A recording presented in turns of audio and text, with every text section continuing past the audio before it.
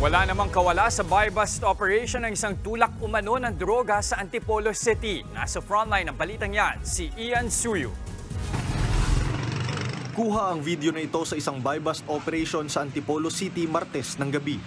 Sa hudyat ng isang operatiba, agad na inaresto ng mga pulis ang target na tulak ng droga.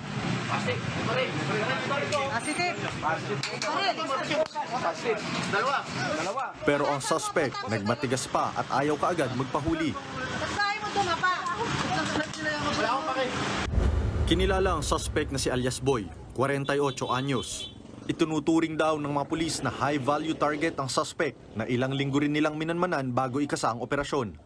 Actually, ilang beses pa yung napalipat-lipat ng lugar. Hindi yung magpipix na isang lugar. So, that's their modus para lang iwala yung ating mga operatiba. Nakuha mula sa suspect ang nasa 45 grams ng hinihinalang shabu at 2 baril. Nagkakahalaga yan ng mahigit 300,000 pesos. Sa investigasyon, lumalabas na nagbabagsak ng droga si alias Boy sa Antipolo at sa Angono, Rizal. Inaalam naman kung nagamit ba sa ibang krimen ang baril na parehong hindi lisensyado.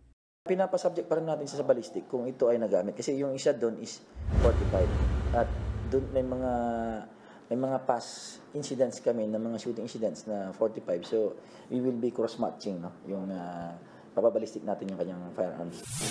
Napag-alaman ding dati nang nakulong ang suspect noong 2020 dahil din sa illegal na droga. Depensa naman ng suspect, napag-utusan lang siyang mag-deliver ng droga. Pag-utusan lang po ako, 1,000 po ang bayad sa akin. Pinapadala rin po sa akin at bibigay po rin sa tao na kukuha. Mahaharap ang suspect sa reklamong paglabag sa Comprehensive Dangerous Drugs Act at Comprehensive Law on Firearms and Ammunition Act.